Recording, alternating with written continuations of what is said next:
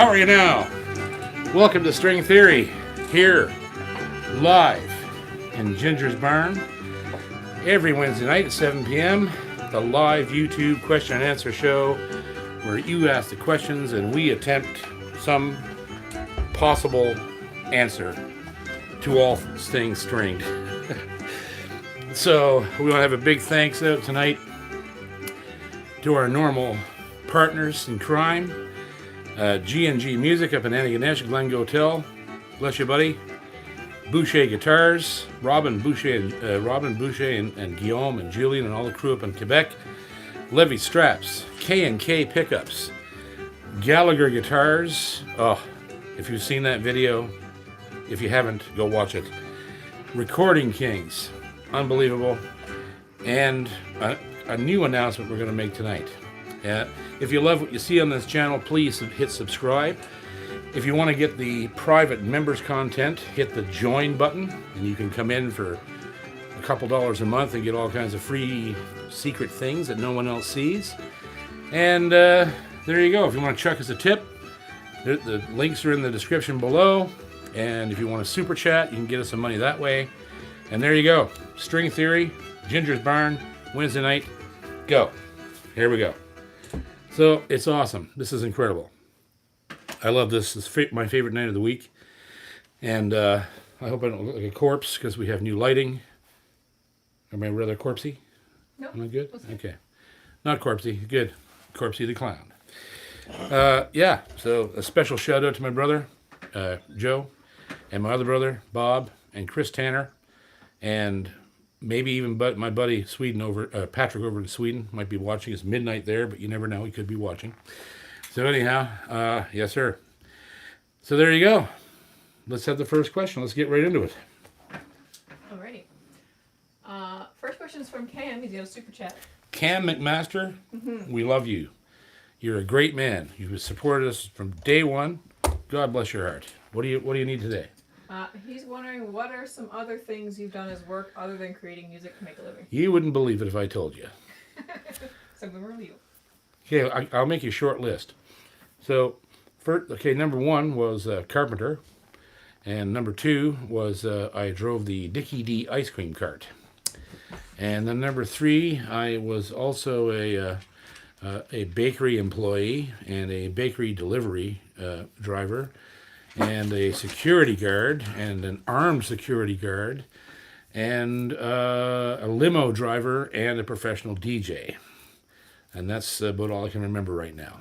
But all little jobs I kept for a few months so I could... I'm just like the guy, they asked the musician who won the lottery, $10 million. So what are you going to do with the money? And he said, well, I'll just keep playing until the money runs out. So there you go. There's the story about working as a professional player. Who's next? Kellen Donovan. They're wondering about the Iron Man medley you started last week's fiddle concert with. What was the name of the last tune you played? Yes, I don't know the name of it, but I can tell you where I learned it and where it's from. It's from Winston Fitzgerald. And I learned it from an old player in Cape Breton named Robert Stubbart, who was the father of the famous player Brenda Stubbart.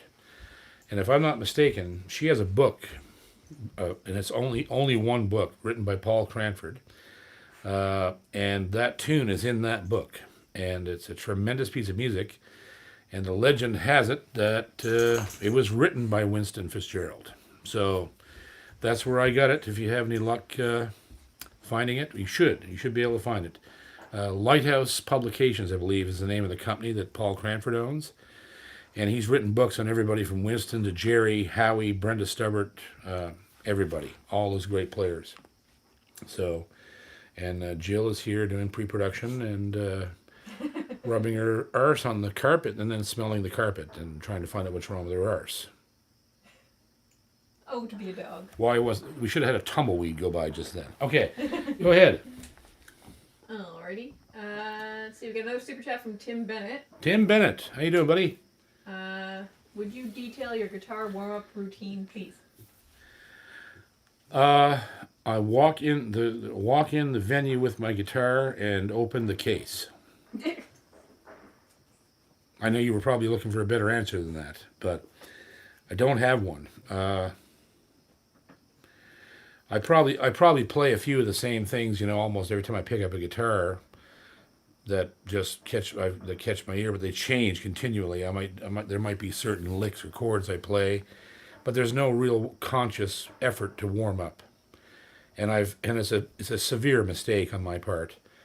I paid for it early in my career, and I basically destroyed both of my hands by the time I was about 28 years old, and had to have surgery on both of them, and that's what it was from.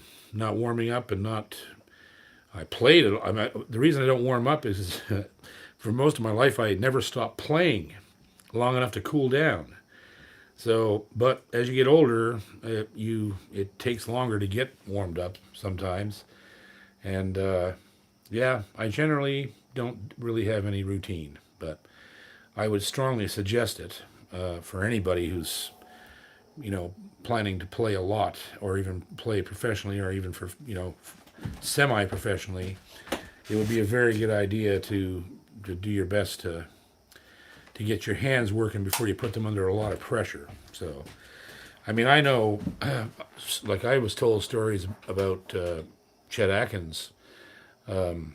Later in his life, he used to he'd run the sink in the dressing room full of hot water and pour an entire bottle of aspirin in it and dissolve it and soak his hands in it. That's because he I don't know if he ever really had hand problems. You'd never know by his playing, but as he grew older, you could see that he was getting some knuckles, from age. But he used to have to do that. I heard he did that, and I've heard all kinds of different stories about what people do to keep themselves limber, and it's definitely an issue. So, yeah. But as for me personally, I just kind of open the case and hope for the best, and it's a dumbass thing to do, but that's what I do.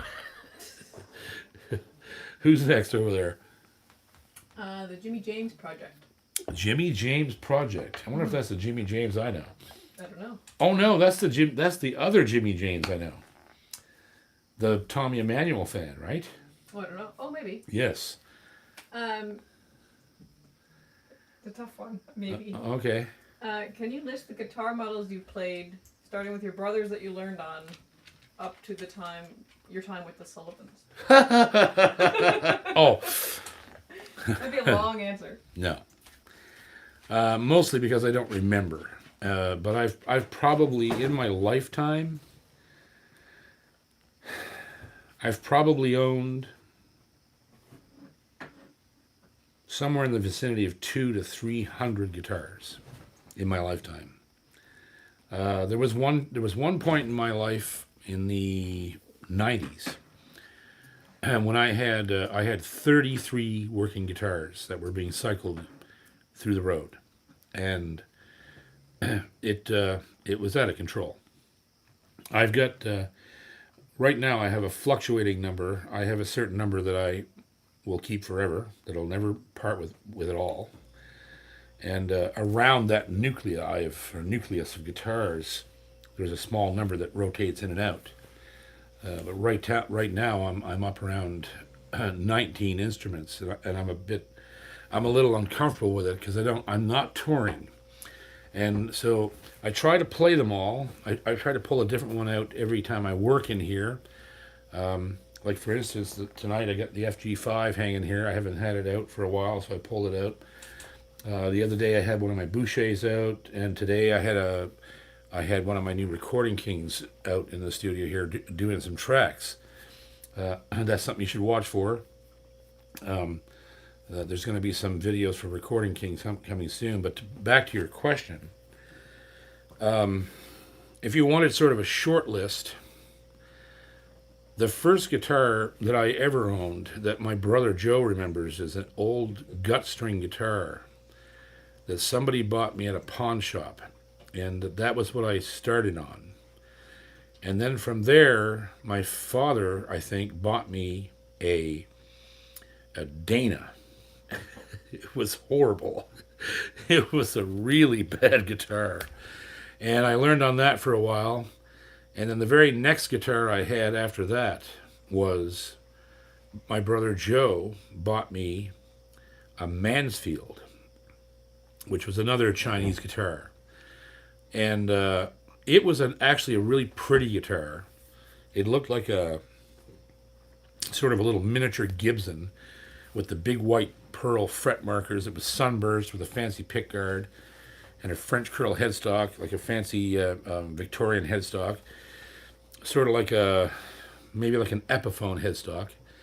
And then a neighbor lady who was a friend of our family, she was a Wombolt from Bridgewater, gave me a Suzuki that was actually a copy of a Gallagher, a poor copy of a Gallagher, but it had the Gallagher headstock, except it had Suzuki written across the top, sort of like in a Martin type of script.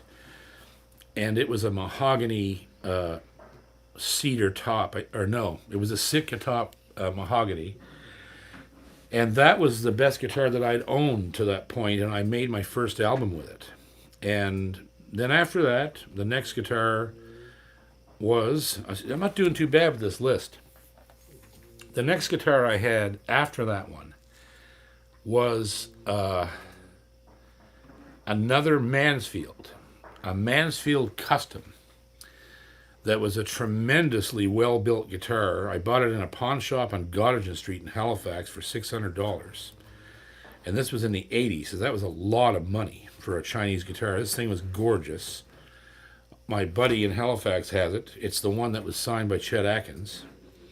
And I toured with that guitar for nearly a decade.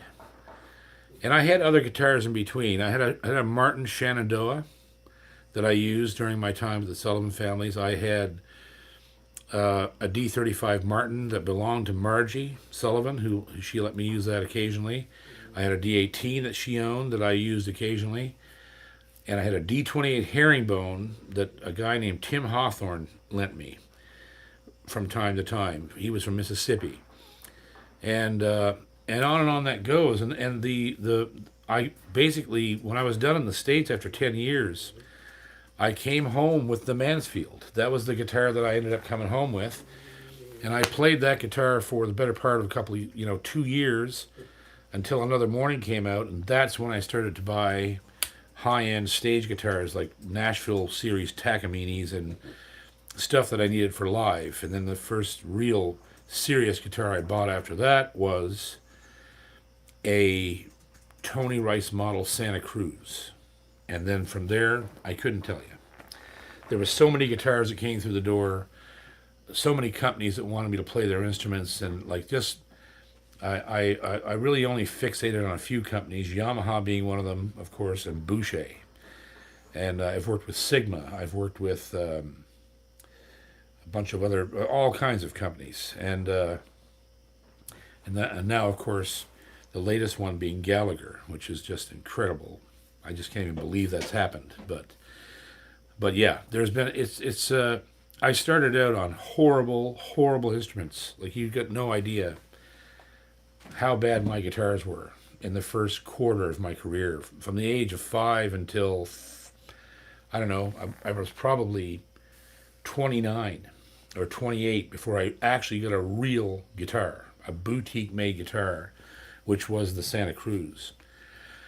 And all those years, that 24 years I played on just utter shite, the worst guitars you ever seen, except for the Martins I had from time to time, and even they weren't so good because they had no truss rods in them. The actions were always really bad on them, and on it goes. But yeah, so that was a very interesting question. And I actually did pretty good with that list, better than I thought I would. So I hope that answered your question. Sorry that took so long. It went way longer than I thought it would.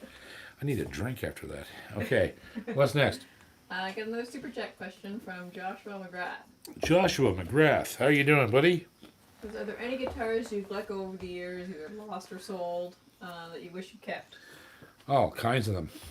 All kinds of them. And I won't tell you what they are because I don't want the people that have them to feel bad. But the sad part of life is that when you're an artist like me, many times in my life I've fallen to the level where I had to sell something to pay the bills. And because this industry is super hard. And you make hay while the sun shines, but then you might have a period where you got 3 months with nothing. And, that's just the way it is. And so there were many guitars that I sold over the years that I really hated to let go. But I had to pay my rent and my car payments and my whatever. And I knew that eventually I would find another instrument to replace it, or somebody would give me one or something like that. I've never lacked for great instruments. And I always tried to sell my instruments to people that I liked and that I felt was doing them some good. And I think I always did that. I always gave my instruments and sold my instruments to people that I felt would really cherish them as much as I did, because my instruments, these are all like children to me. They're living things, and I speak through them. So they're very important to me. And that's why I say, like, there's been some instruments that I just have never parted with. Like, that's a list too. But overall, you look at my collection now, and, I will never sell any of my Bouchers. I will never sell my Gallagher. I will never sell my FG 180 Memorial Yamaha. I may never sell these FGs. These are the nicest Yamahas I've ever seen. And there's even some recording kings. Believe me, there's a couple in here that I won't part with, because I know I can't find them again. And they're just magic little guitars. So you get a relationship with your instrument, and when you have your hands on something all the time, and every time you touch it and pick it up, it speaks for you. That's a very special kind of bond that you get, and it's not just guitars; it's any instrument. Fiddle, mandolin, banjo, pianos, horns, and like anything. You get attached to it because you're physically attached to it, and then when you're physically attached to it, all your emotion comes falling out through it, and so you really tend to get attached to things, and that's why. I think that's one of the reasons why I have a hard time sometimes talking to other guitar players about trying alternative brands and things, because maybe they grew up playing a Martin, and that's all they know, or they grew up playing a Gibson, or they grew up playing a Larrivee or a Yamaha, or whatever the case may be, and they get so attached to the guitar. They think it's the brand name that they're attached to, but it's not. It's the guitar. It could be any guitar, right? It just depends on what it is that gets you excited about that instrument. That's the important thing, right? Doesn't matter what it is. So, yeah. Anyhow, that's a good question. Thanks for calling in. Who else have we got? We got a super chat from Ian Rossiter. Ian Rossiter. Good to see you again, buddy. Cheers. Says he loved the Doc story the other day. How did Doc set his Gallagher up as opposed to your new Gallagher? They're identical. I played Doc's Gallagher twice. Once when I was 13, and the second time when I was about 16 in Winfield. He had the guitar there with him, and he let me play it there as well, and it's identical. It's identical. I can't believe it. I hold mine, and it's like, wow, this is just like I remember it, And the action is very fast, but high enough that you can hit it hard without it cacking on you. And yeah, so it's identical. And I would imagine that the only person in that crew that might have set their action differently would have been Merle, because Merle played a lot of slide. So his action was probably set slightly higher for that purpose. But other than that, the ones that they're building now, that David's building in Murfreesboro, man, they're incredible. They're just like the old man's guitars, and that's really saying something, because Mr. Gallagher, who started the company, like he really was onto something. And so, yeah, it's the same deal. I didn't have to do a thing to it. I probably never will. I don't think there's any need to adjust it, or it's come up here in the slightly drier climb than Murfreesboro, and it's had no ill effects. It hasn't swollen or contracted or moved or gone into tune. I pulled it out of the case the other day, still 440 standard, and I hadn't played it in a couple days, and yeah, it's holding up fantastic. So there you go. What's next? Another super chat question. Another super chat. Liam Keith Jacques. Liam, yes, I know that name. What is another fun set of tunes to learn for mandolin/guitar? A set of tunes? It says. Oh boy. Well, you know what? I often like to do something that I've always done, and I did it. Oh, there goes the dog. I did it out of necessity, really. But I would often take tunes and learn them on the guitar, and then transpose them onto the mandolin or the fiddle. But the mandolin and the guitar, you can do that with tunes like Salt Creek, Little Beggar Man, Old Joe Clark, Billy Cheatham, Billy in the Low Ground, Ragtime Annie. Like there's so many tunes that can be done on either instrument. And it might be a fun exercise to work out the same tune on both instruments and see how they differ, because of course they differ a lot, because the instruments aren't the same at all. So, like for instance, if you're playing Ragtime Annie, you'd be doing that in open D on the mandolin, but you'd want to capo it on the second fret on guitar and play it at a C. And so it becomes a very interesting exercise, and it might even grow into sets of tunes if you start putting those things together. Like choose your key, choose a bunch of A tunes that work well together. Listen to Doc. Doc used to do really cool sets of tunes. He'd choose all tunes in A, or all tunes in D, or play different fiddle tunes that were supposed to be in D, capo it up and play it in C, 4th fret. But there's just so many options there. So that's what I would do. And I'd start by listening to Doc, because Doc used to do medleys of just 2 tunes, and then you could learn a bunch of those and then stick them all together. So basically, find tunes that are in the same key. That's the first thing. And then learn them on both instruments and see which one you like the best.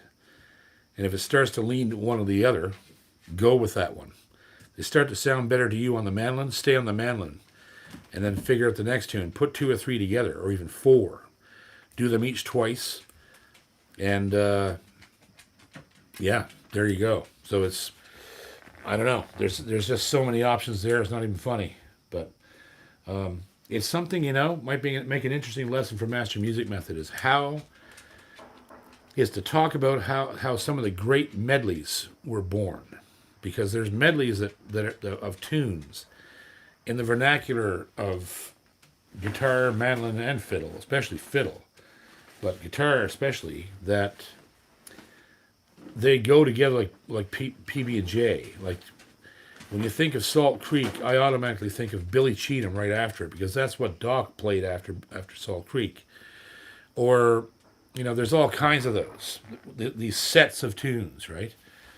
So that's basically what you have to do. You have to start listening to people that play medleys and pick your favorites, and then you can even, once you get a bunch of tunes down you really like, build your own. So there you go. I hope that helps. Who's next? Rob Richardson. And Jill. And Jill. Rob is wondering what your thoughts are, or experiences with, carbon fiber guitars. Well, I find they make a great weapon. And also, they're bulletproof, most of them. So if you think you're going to get shot at, good idea to have one. Hold it right in front of your head or your body when the bullets start flying. And much, like the bullets that are going to be flying at the dog in a second. We have lots of dogs in the neighborhood. Be quiet. Come on in, Bean. Let him out. Let him go. No, I'll chase people. I'll let him chase everybody. Carbon fiber.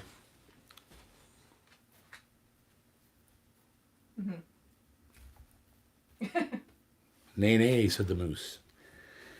I don't know. I've never played a carbon fiber guitar that I liked. It's they have a place. It's not to say that you can't use them. You absolutely can use them. You just can't use them to play music. Sorry. Pardon me. Sorry, but seriously, sorry. I shouldn't say that. That's mean, but because, okay, I'm going to call somebody out. I don't care. A company like Rain Song, okay, so Rain Song builds these carbon fiber guitars, and they're all carbon fiber. Everything on them. Okay? Get that in your head right off the bat. The body is carbon. The neck is carbon. The fretboard is carbon. The bridge and saddles and nuts are all carbon and graphite. So there's no truss system in the neck because they can't put one in graphite and carbon. You can't bend it. So, and the action, you can't adjust it easily because you're dealing with a carbon fiber or graphite saddle. You can't work on this guitar. It comes from the factory with the action. That's the action, and if you don't like it, kiss their ass. That's the problem, right? What's the point of that? I don't get that because so they don't move. Fine, they don't move. You never have to worry about them swelling or going out of tune or any of those things, but they're also completely unadjustable. There's no way to change them. I've looked at it. And the sad part about it is that they cost a fortune. Like you can pay $5,000 for a Rain Song, and mind you, you can literally leave this thing out in a blizzard overnight and take it in the morning. It's still in tune. But that doesn't really mean much if you can't, tweak the action just the way you want it, or if there's a problem with the pickup system and all these things. And the pickup systems are usually horrendous because they use piezos and there's no wood anywhere. So you've got a horrible, brittle piece of ceramic or copper or whatever they use, depending on the company they use, sandwiched between two pieces of stone. And there's no, they don't sound like guitars. And I just don't know how else to say that. They would be fantastic for somebody who is just a rhythm guitar player in a band. And I mean a hard touring band. Somebody that's playing in outside of places that's 110 degrees and then going into air-conditioned theaters, and like these guitars are indestructible. You can run over them with a truck and they still play, they still sound the same. But there's so much about them that just is so unnatural that, I don't know, I could never play one. I've tried. I've tried to like them because some of them are really cool. Rain Song, Composite Acoustic out of, I think they're out of Louisiana. Those guys make amazing guitars. They really are amazing guitars and amazing looking guitars. But in the long run, I want to be able to tweak my instrument depending on the weather and depending on whatever the shape my hands are in for that month and all these little things that I want to be able to do. And these guitars are completely rigid and unadjustable. And so that makes things very, very difficult for me as the type of player I am to use a graphite instrument. But as I said, some of these things are works of art. So I mean, it is what it is. And another thing is that it will never age. It will never open up. It will never change. It will always sound the way it sounded the day it came out of the factory. There is nothing about that instrument that will ever get better. And that's a serious problem. Because if you spend $5,000 on a guitar, you should expect it to open up, become louder, become better, become more playable, become like it should blossom over years. But a graphite instrument is just like buying a giant hunk of stone. It doesn't do anything. It just sits there. So while I mean, like I have to give it to them, like the technology is incredible, but they're really a road dogs kind of guitar for heavy work. You know, that's dangerous in a lot of bad environment, and they'll never let you down. But if you want a guitar that's going to age and sound better every day, and you can work on it and tinker with it, and if something goes wrong, you can fix it, they're not the guitar for you. So there you go. There's my. I'll start getting the bomb threats and hate mail from all the composite guitar companies now. But hey, I don't care. Okay, there we go. Next is John from Ireland. Hey, how you doing? Good to see you back again. He wants to let you know he just bought a Boucher SG52. Sweet. He thinks he might be the only one in Ireland. Sweet. But he's wondering between your Gallagher, Boucher, and Yamaha Red Label dreadnoughts, which one wins? Oh, the Boucher. And the reason is that my Boucher is older, and Boo Boo is just special. She's just a special guitar. There's something about her that's special, and I've had her for nearly 5 years. These other guitars will someday probably be just like her 5 years from now. But I mean, between Boucher and Gallagher, they're at the same level almost in a different way. Gallagher sounds like Gallagher. They're the same way that Boucher sounds like a Boucher. Those two companies make guitars that have so much personality that you can tell them without seeing them. And I can. I hear a Boucher, I know it's a Boucher.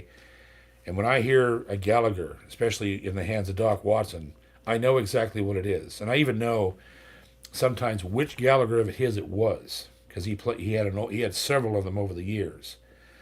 And these red labels, these things are just freaks. Like they come out of the case sounding like they're 40 years old. So like it's an interesting thing. You can't really compete them. There's no way to compare them. There's no competition between them because they're all different beasts. But I would definitely say that, for dreadnoughts, the best 3 dreadnoughts in this room right now are Boo Boo, my Gallagher, and this FG5. Those are the 3 best dreadnoughts in this room. And each one of them will blow your face off in a different way. They all have a different personality. They all have a different, like a power set. I'm sure you're 52. I just played a 52 last week at Glenn's. And man, I bet you that guitar eats every guitar in this room. I'm telling you, because the one I played in Antigonish, the one that we said was the loudest guitar in the room. That guitar was an utter freak. But that's Robin. That's what Robin's building. So,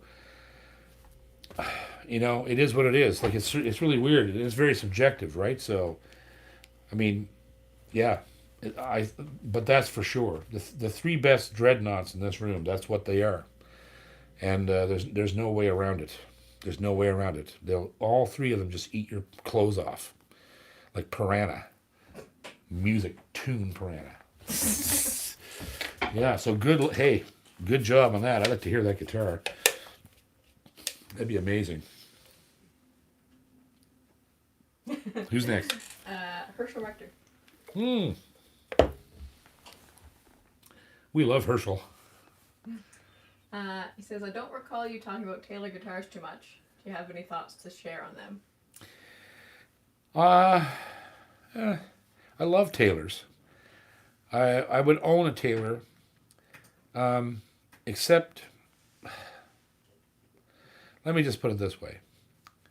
I had a bad experience with Taylor, a couple of them, and one of them was, I'm not going to go into any detail because I don't think it's necessary, because I don't want to shit on Taylor. I don't want to shit on anybody. Taylor's a great company, and they've made fantastic guitars their entire career.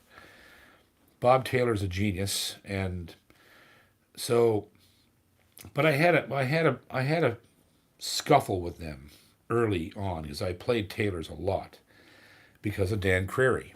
I loved Taylor's, and I loved Dan's signature model. I always wanted one, and over the years I owned some incredibly expensive Taylors. And because I just loved them, they're very, very good guitars, really good. And I got into a bit of a scrape with them over their choices of electronics, and I'll just leave it at that. And I was forced to stop playing them because of that. I couldn't use their systems on stage. And then a lot of years went by, and I got the bug again. And about 5 or 6 years ago, I bought an $8,000 presentation series Taylor, and I had it for 2 weeks, not even 2 weeks. I took it to a festival, and the bridge came off. So I don't know what caused that. I don't really want to say much about it. It was really sad, and I was very disappointed. And I took the guitar back to the shop and told them to insert it in various orifices. And good thing they were my buddies, but we all had to get a laugh over it. But it was a very expensive guitar, and it completely failed at the first gig. The first show, I pulled it out of the case, and it was apart. So, these things happen, right? And but after that, I unfortunately I got burned too many times, and that was it. So I'll never own another one. But they are incredible guitars. There's no doubt about it that they make fantastic instruments. So I personally just kind of I got messed up a couple times, and when I in my position, like I said earlier, my guitars are living things to me, and they're my decoder for speaking to my audience and making records and playing with other musicians, and they create the thoughts that I'm trying to get out of my brain. They pull them out and make them real. So an instrument that fails in that endeavor, when you're in the middle of that process, it leaves a real bad taste in your mouth. It's like, oh, okay, I can't count on this instrument. I can't count on this. This thing could stop working. Like in the middle of a show, or in the middle of an important recording, where you can't replace the guitar. If you start with one guitar, you got to finish with it. You know what I mean? Like, so after those two little rubs I had with them, I just stopped using them. But I fully endorse their guitars. I'm quite sure that if I could probably find a Taylor that would stay together, and as many do, millions of them do, thousands of them. So, but I just happened to have a bad shot with them, and I unfortunately decided to just not ever play them again. So, And they're not alone. Martin is the same. Martin, I had too many problems with those guitars, physical problems, right? Pieces flying off and stuff breaking, and I just like enough of that, because it's a lot of money. God, it's a lot of money. Their names are worth so much dollars that it's and fine, they are. They've been around forever, and they make world class, universal class guitars, right? But damn it, they should stay together for that kind of money. So yeah, that's sort of where I'm at with that. But as I said before, I have no problem with people buying them and using them, because obviously many of them, most of them, stay together. But mine didn't. So sorry. Anyhow, there we go. Who do we got next? Gillette Wilkinson from Serbia. From Serbia. Mm-hmm. Cheers. Nice to have you. Welcome to Nova Scotia. Hee hee hee. They're wondering if you like Marcel Dadi's music. Oh, God. Yes. Yes, absolutely. Yeah. I'm trying to remember. He was endorsed by Godin, I think. I can't remember. I was just talking to somebody I think it was at the NAMM show in Los Angeles in January, that actually knew him, and they were telling me stories about him. And yeah, that guy was an absolute genius guitar player, genius. Matter of fact, I've just started to collect some of his work. I've got to get more. There's so many guitar players that you sometimes lose sight of the guys that are right in front of you. And he's a name that's been in front, he's been around forever on my radar. And I've heard him, many, many times. But I got to start looking further into him, because now you've inspired me. Now that I've heard his name twice now in 5 months. So I'm going to go back and start listening to the recordings. And he's on YouTube a lot too. I've watched him on there a few times, and it's just he's a genius. He was a genius player. So yeah, from Serbia. Wow, that's awesome. Yeah. We should make a map of all the people. We got Taiwan, Serbia, Ireland. Do we have Australia yet? I think we did, or did we? I don't know about this video. No, but this is awesome. Thank you. Thank you for tuning in. I know it must be really late over there. It must be a couple hours more. They must be 2 o'clock in the morning over there. Yeah. No. Yeah. Okay. Who's next? Thank you for the question. Joe. Brother Joe. What do you think of Guild guitars? I love Guilds. They're great. I've had many of those too. I had a D55, and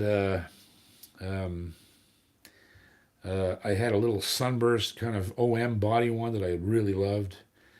And yeah, I've owned several Guilds, and I love them. But again, now they're getting so expensive I couldn't afford to buy one. So, but I would someday like to have one again. I'd like to have the big boy. I'd like to have that 55 again. God, I don't even know where I bought that guitar, but it was gorgeous. And it had a neck problem. It did. It had a hump over the body in the fingerboard tail, and that's eventually why I got rid of it. And it wasn't that bad a problem that it would affect everybody, but it affected me because I play up there a lot, and I just couldn't fix it, and I just couldn't get it adjusted just right, and I didn't want to like severely dehumidify it because it was so beautiful a guitar. I didn't want it to come apart or anything, so I sold it to somebody who really put it to use, because they were just a big country rhythm player. They didn't use a lot of the neck up there, and they loved it, and I think they're still playing it. So yeah, I love Guilds. One of my favorite guitars. Richie Havens played a Guild. So yeah, who's next? Mark T. Mark T? Mm-hmm. Like initial T? Yeah. Cool. That's all he gave us. I wonder if that's Mark Tebow. I'll know by the question. They have your old Stonebridge? Do I have what? Well, you'll hear it in the question. Okay, sorry. So he says, I know you're previously a Stonebridge guitar player. I have your old D22 SM. Sweet.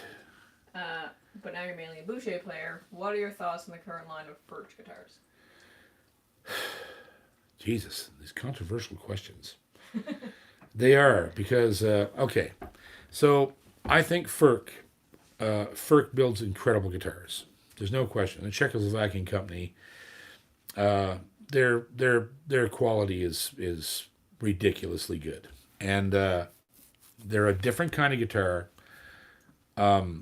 again, than all of these other guitars. They're their own thing, the same way that a Lakewood is. A Lakewood is a very specific, it's a master quality guitar, but it's a very specific sound and feel and neck and like that whole. So Stonebridge is the same. Stonebridge and Furch. Oh, Stonebridge doesn't exist anymore. It's Furch. Furch was Stonebridge. Furch. They build great guitars, but I don't have a problem with the guitars, but I wouldn't play them anymore,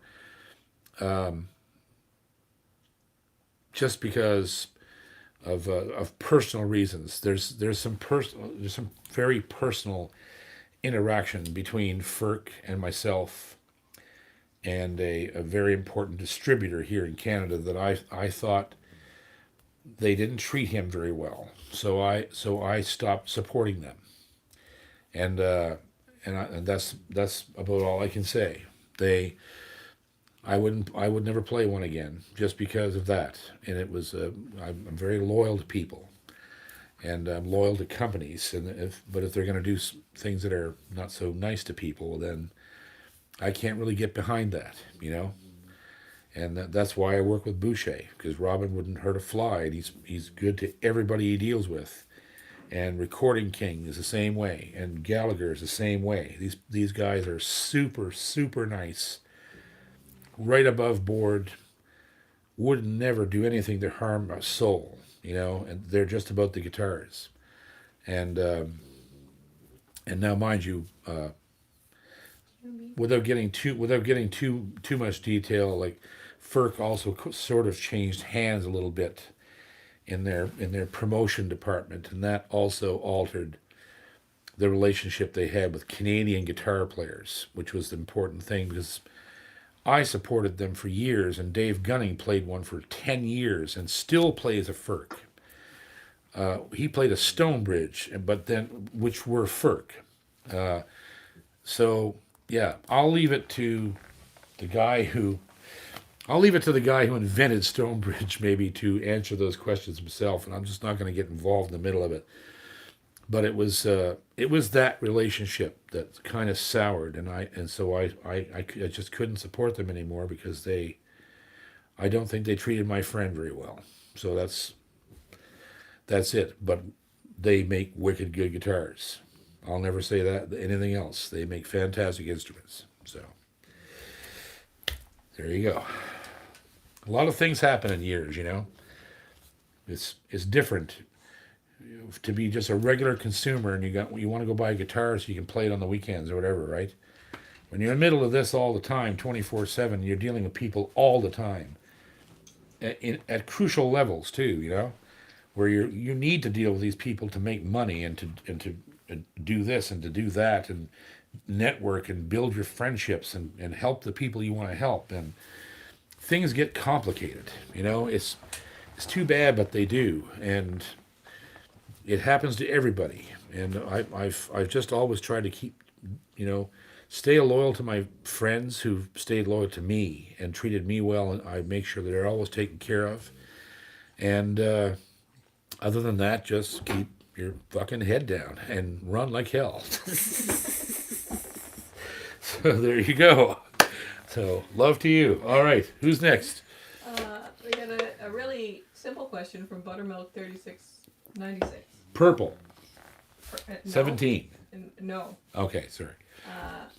Close, but no.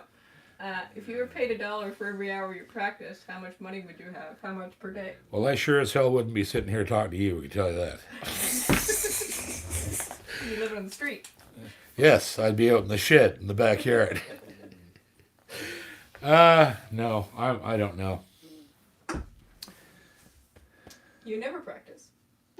Not now. Not now. From the time I was 5 until I was probably, I'd say 25 years. When I was 30, I stopped practicing.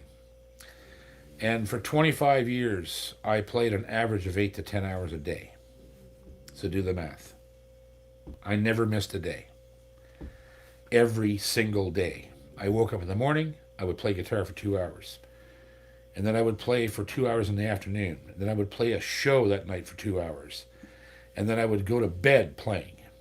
That was my routine for 25 years. And it was over 5 and 6 and 7, 8 instruments. So, yeah, that's the number of hours. That's frightening.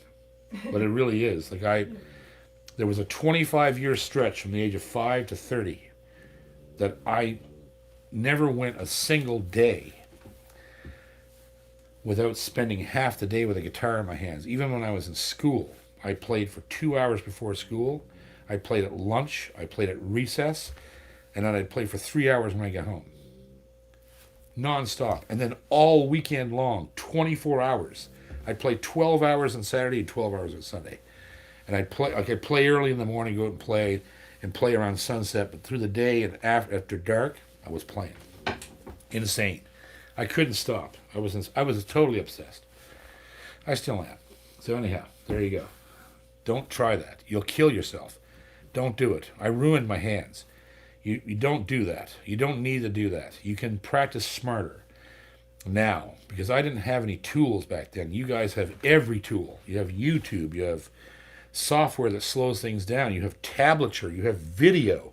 I had none of these things. All I had was a turntable and vinyl, and that was it.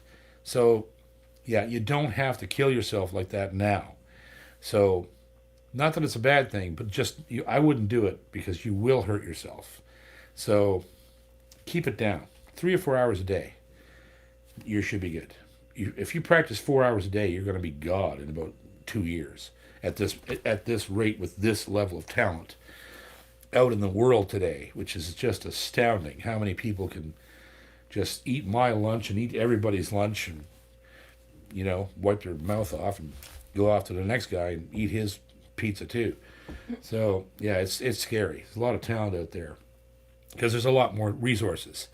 So make sure you use your resources smart and not your ass. Don't wear yourself out doing it. Do it smart.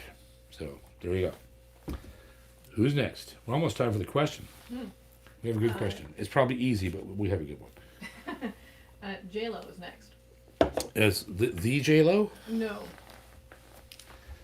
Okay. Have you ever played a Mossman guitar? By God, I have. And man, oh man, they were awesome. I'm going to tell you a story about Mossman. I met those guys down in the States when I was a kid, and they were building me a guitar. And those guitars were incredible. Holy God, they were nice guitars. I came across those things actually in Winfield, I think, at the guitar contest in Winfield. And I met these guys who built the guitars. And I ordered a guitar from them.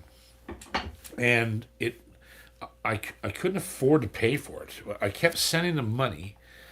And there was a flood at one point where they lost the whole shop.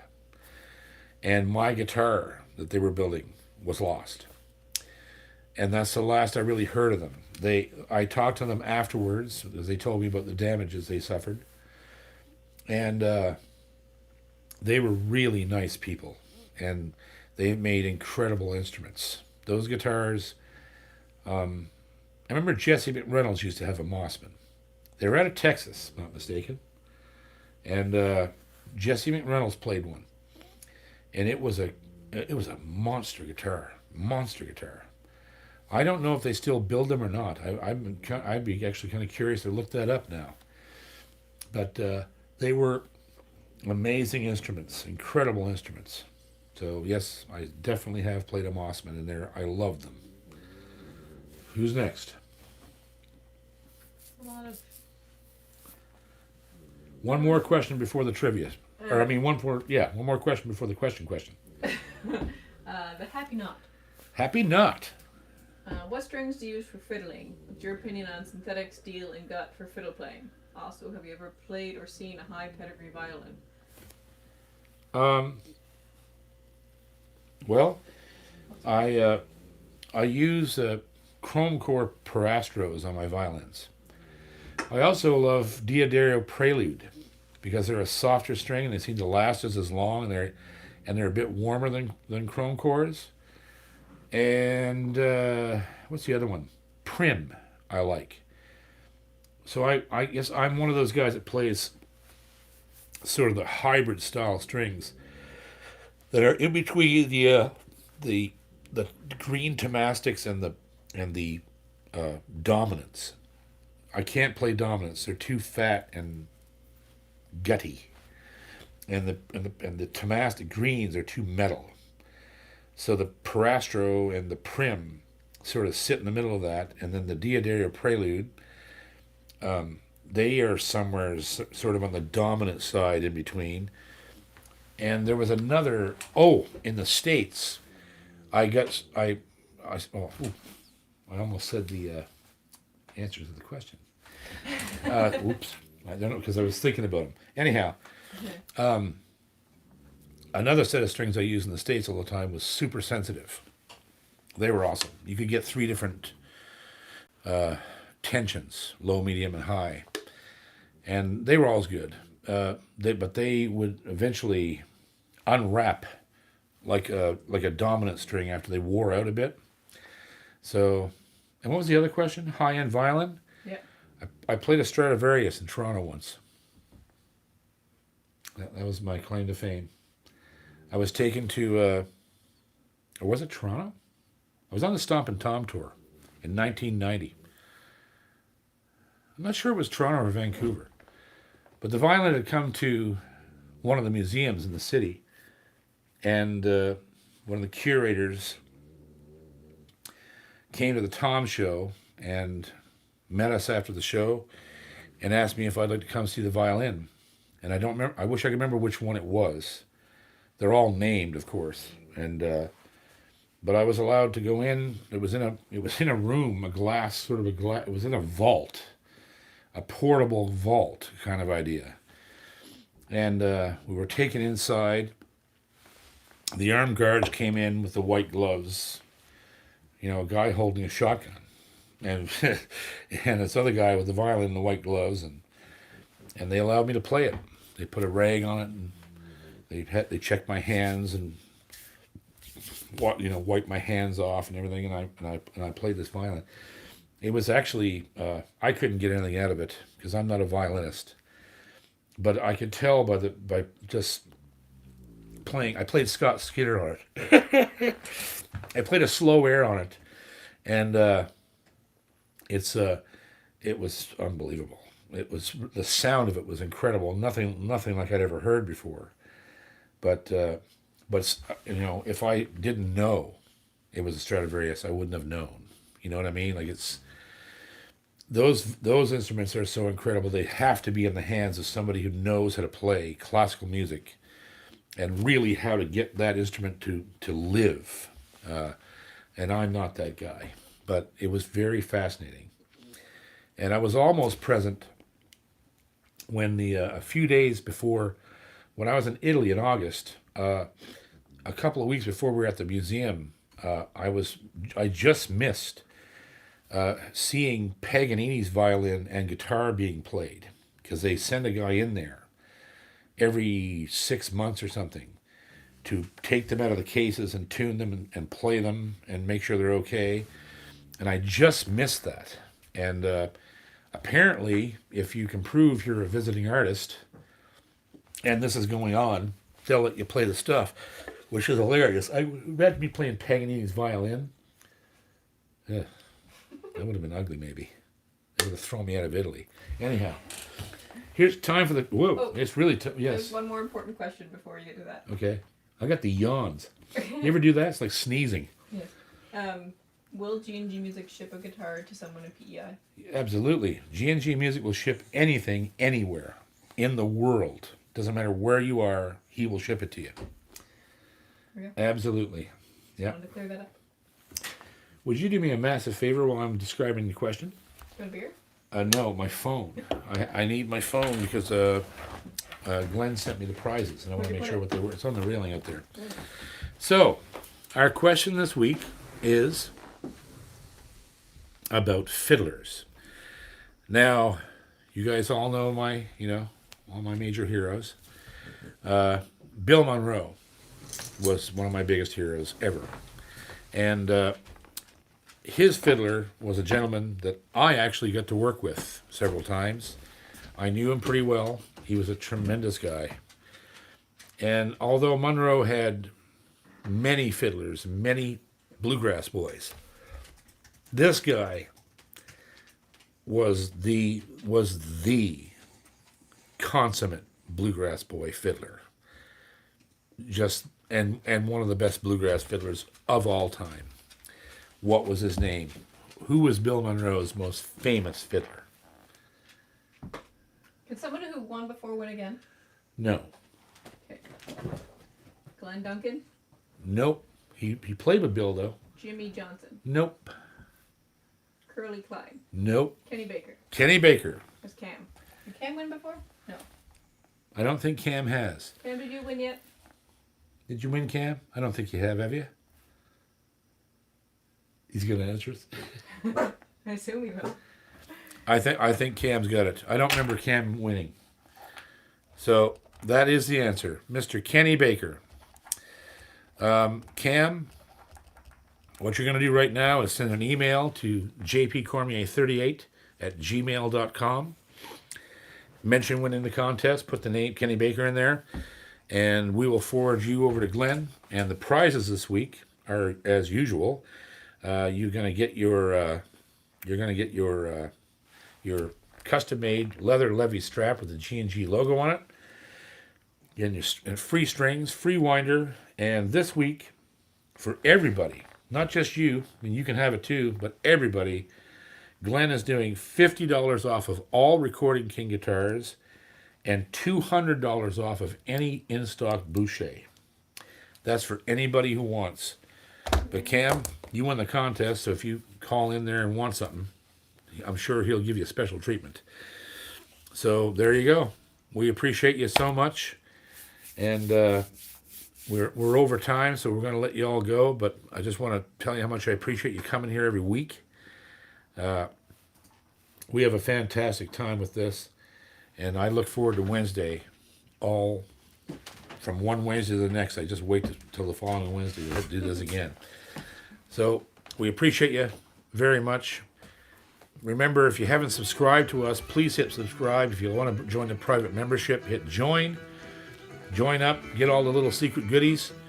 Hit the tip jar if you want. And there you go. Keep playing guitar, fiddle, mandolin, banjo, bass, piano, tuba, bagpipes, penny whistle, lute, oud. I could keep going. But anyhow, you know what they say. Whoever has the most when they die wins. See you next week on String Theory.